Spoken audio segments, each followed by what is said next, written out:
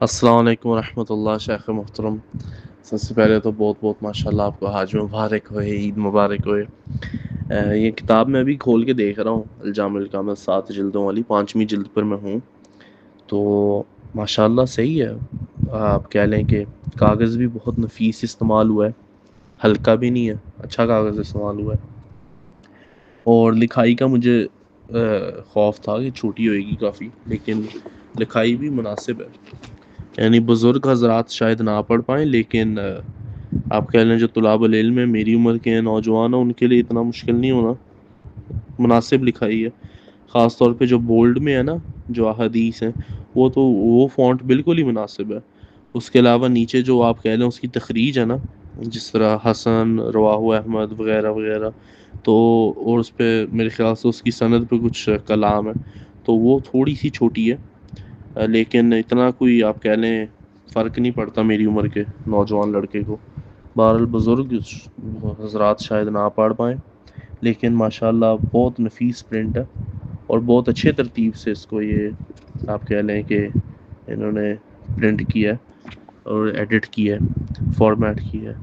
اور یہ جو سینٹر میں لکیر ڈال کے دو حصے بنا دیے نا فی صفحہ، یہ بھی بہت اچھا کیا ہے. اس سے ماشاءاللہ کافی کچھ سمو ہو گیا 7 جلدوں میں ہی. تو یہ تو باقاعدہ انسائکلوپیڈیا بن گئی پھر تو 7 جلدوں کے اندر اندر ہی. یہ تو بہت ہی آپ کہہ لیں ایک اعلیٰ اور مفید ایک کتاب ہے، اور دور سے بیٹھ کے بھی پڑھی جا سکتی ہے. میں وہی دیکھ رہا ہوں ابھی، اور اگر آپ قریب رکھیں پھر تو بالکل ہی آسان ہے پڑھنا. اور میں دیکھ رہا ہوں ہر کتاب کے بیچ ایک صفحہ بھی خالی چھوڑا ہوا ہے، شاید نوٹس بنانے کے لیے یا تقسیم کرنے کے لیے.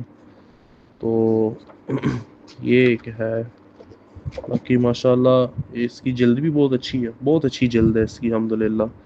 جس طرح وہ پہلی جلد آپ کہہ لیں اوپر پلاسٹک سی نہیں کی ہوئی، اس پہ نہیں کی ہوئی. تو وہ جو آپ نے مجھے نہیں خاص پرنٹ بھجوایا تھا، اس کے اوپر ایک پلاسٹک بھی نہیں، اس کے اوپر نہیں کی ہوئی. ہاں ایک جیسی ہیں ماشاءاللہ، رنگ میں تھوڑی تبدیلی ہے.